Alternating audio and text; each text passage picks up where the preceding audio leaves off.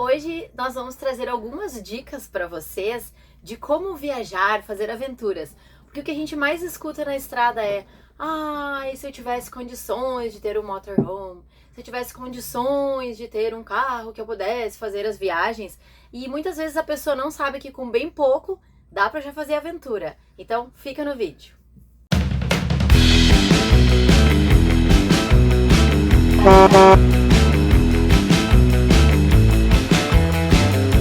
Para os aventureiros de plantão, a gente tem a maneira mais fácil e rápida de começar essas aventuras: a barraca de chão. A barraca de chão eu tenho bastante experiência, porque eu já fui escoteira, então tem que estar bem disposto a, às vezes, passar bastante perrengue, mas é uma possibilidade bem prática e mais barata de começar a fazer as aventuras. Muitas vezes vai pegar chuva, então as barracas mais modernas hoje em dia não entra água, mas então tem que escolher bem o terreno, evitar troncos de árvore. Já dormi algumas vezes em cima de troncos de árvore, mas faz parte. Procurar terrenos que te possibilitem. E claro, antes de começar essa vida morando ou mesmo viajando na barraca, é importante ver bastante vídeos informando onde ficar, onde não ficar e os lugares melhores para armar essa barraca no caso. E se tu tem um pouco de insegurança, que é algo que a gente também ouve bastante na estrada: não, eu não tenho coragem de parar num parque e colocar lá e dormir de barraca, porque eu acho que alguém vai entrar na minha barraca, alguma coisa assim. Os campings, eles têm uns valores bem razoáveis para quem tá de barraca. Então, de repente também procura saber os lugares que tu quer conhecer e como que são esses valores dos campings para que tu possa acampar e ter essa experiência com segurança. A próxima dica de viagem, aventura, para vocês dormirem é a barraca de teto. Aqui já exige um pouco mais de recurso, porque além da barraca de teto ser um pouco mais cara, ela já exige um carro que tenha aqueles racks em cima, que seja um carro mais off-road, porque às vezes vai entrar com um carro mais esses mais comuns e é muito baixo, pode ficar atolado e tal. Então, de preferência, esses que tenham a parte superior mais larga para que possa ser colocada essa barraca de teto. Mas isso também vocês pesquisando na internet, vocês escolhem, devem ter vários valores e vocês podem escolher o que fica mais, o que se aplica melhor para o bolso de vocês e também para o estilo do carro que vocês têm. Existem vários tipos de barraca de teto hoje em dia e a gente vê bastante na estrada e vocês veem qual que se adequa melhor ao veículo de vocês. E as próximas dicas eu vou deixar com o meu amor, porque ele manja bem mais de carro do que eu. Senão eu ia ter que ficar só lendo aqui, como eu disse outro, lendo o teleprompter ou ele me dizendo, dando as dicas. Então eu prefiro que ele faça mais naturalmente, porque ele vai saber falar melhor para vocês dessas outras dicas, dos outros tipos de veículos, para que vocês possam também curtir as aventuras. Bom, e a partir daqui, quem explica sou eu, né? Então vamos para o primeiro mais tipo comum, né? São as combis e similares. Então nela a gente vai pegar a Besta, essas minivans, né? Algumas Topics antigas, que daí o pessoal monta a motorcasa nela, faz vários e vários tipos de modificações. Tem essas minivans, Kombi, essas coisas, tudo com teto elevado para a pessoa ficar em pé. Você tem algumas que tem a mais diversa transformação que você pode imaginar, então muita gente aproveita disso por causa do custo. É um custo mais baixo para adquirir esses veículos, é um custo menor na montagem, só que tem uma coisa: você também vai conseguir levar menos pessoas. Isso é uma coisa que tem que entrar também no cálculo do seu veículo. Se você tem família grande, se é você e sua esposa, se é você sozinho, então tudo vai depender. As combis, elas são muito boas para, no máximo, um casal. Tem gente que leva mais, tá? Não quero ditar nada aqui, mas dizendo assim, que pelo espaço reduzido, você não vai conseguir levar muita gente com conforto. Mas tudo depende também do quanto você está disposto a vencer desafios, passar trabalho e tudo mais. E também, já entrando nessa categoria, eu vou colocar também alguns carros, como por exemplo, doblô. Muita gente faz doblô home, né? Faz na Fiorino também, tem algumas aí ficaram bem famosas, ficaram muito bem feitas, né? Então vocês podem ver aí na internet vários modelos. Ao longo desse vídeo eu vou deixando a imagem de todos para vocês entenderem um pouquinho de como é que funciona, né? Então você tem esse tipo de veículo também.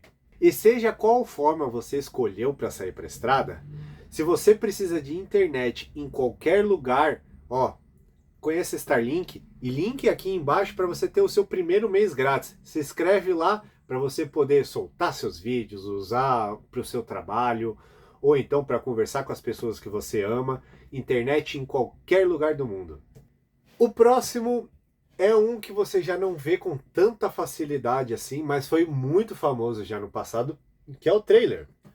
E o trailer você tem diversos tamanhos, você tem diversas funcionalidades e você tem tipos de veículos que vão puxar. Você tem desde mini trailers que você pode puxar com Renault Kwid facilmente, até os trailers grandes de 7,5 metros, quase 8 metros, que já não são mais usuais de ver. Antigamente com a Turiscar você via esses gigantes de 7 metros. E a diferença do trailer é que ele é um reboque. Ele vai ficar parecido à dinâmica de uma carreta, por causa da forma de manobrar. Então, tudo isso vai ter que entrar na sua conta. O tamanho e o peso do trailer vai influenciar no tipo de veículo que você tem que ter para puxar. E lembrando também que quando você reboca um trailer, você já entra na mesma legislação de um carro maior. Ou seja, você vai ter que andar na velocidade média, na velocidade máxima de ônibus e caminhões, para você não receber uma multinha na sua casa. E vale também para carretinha, tá? Depois, temos uma nova classe que tem aí se expandido bastante, que é o camper. Normalmente você utiliza ele na caçamba de uma picape média ou grande. Esses campers aí estão ficando cada vez mais famosos, né?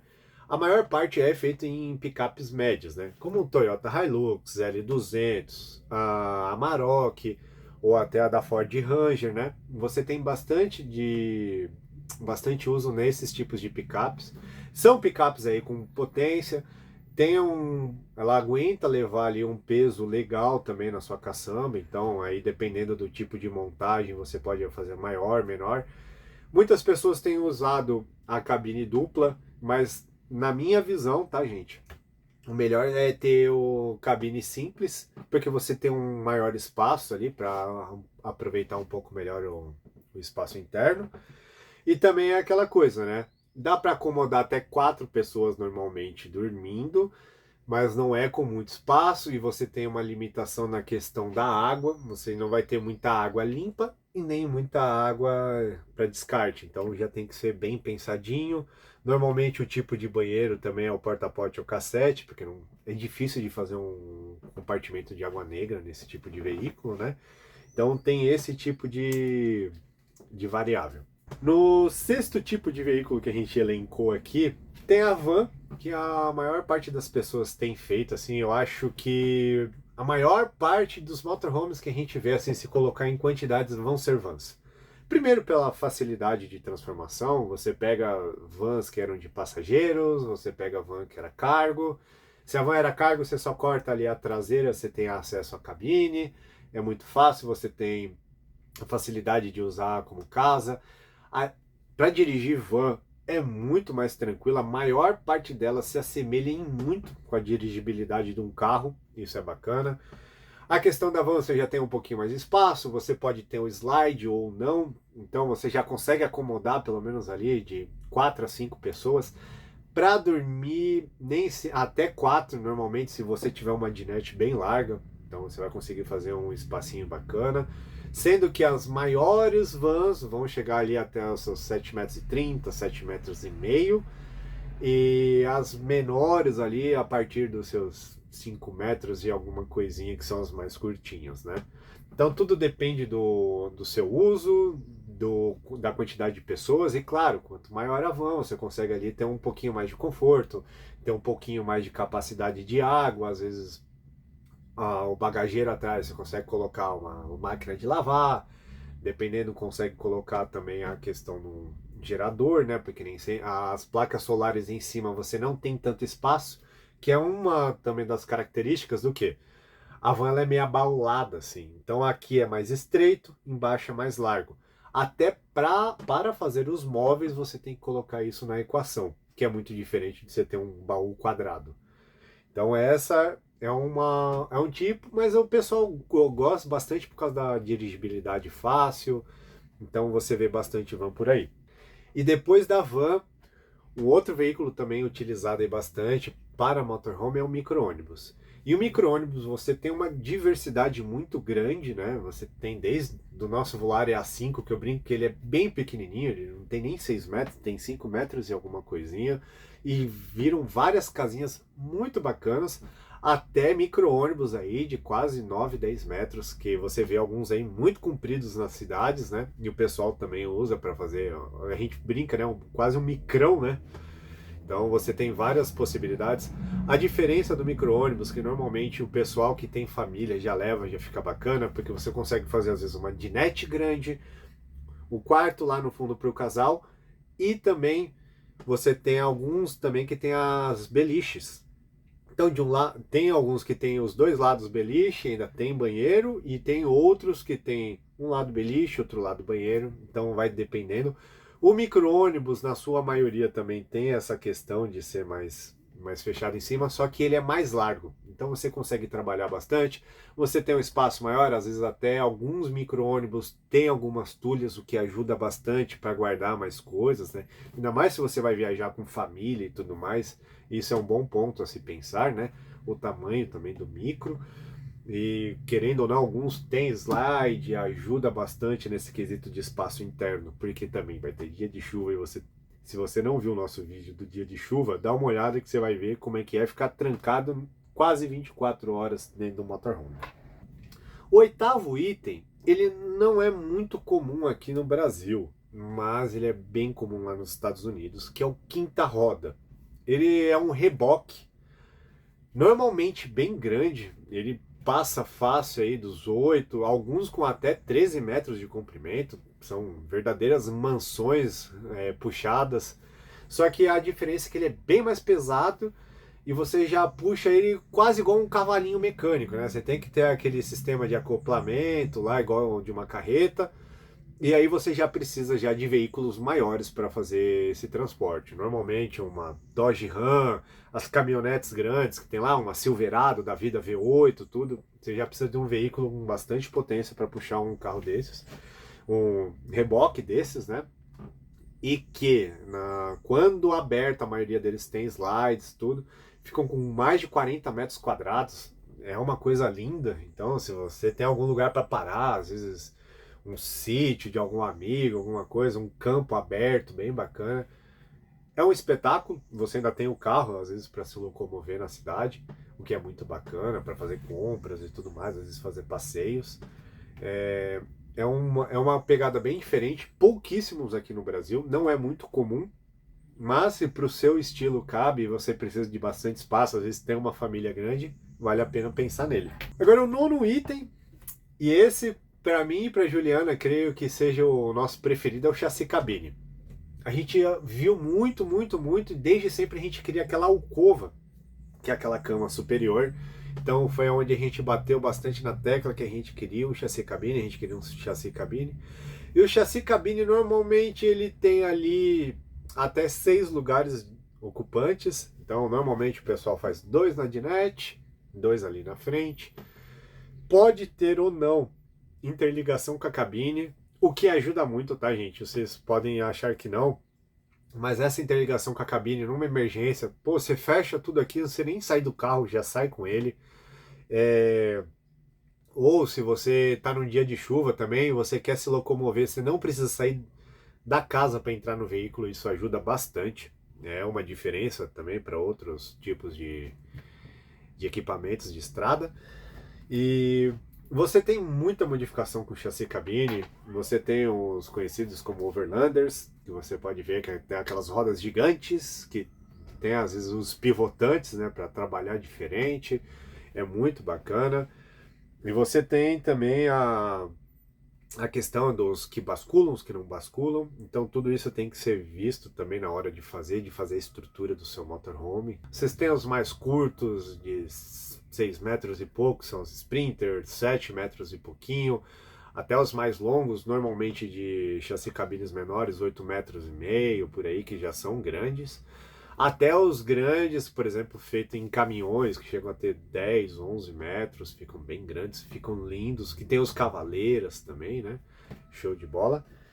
E para o nosso 10º item, a gente vai falar dos ônibus, também conhecidos como os classe A. Então, você tem ônibus aí rodoviários, você tem ônibus de 2 andares, você tem até ônibus urbanos também sendo transformados em motorhomes.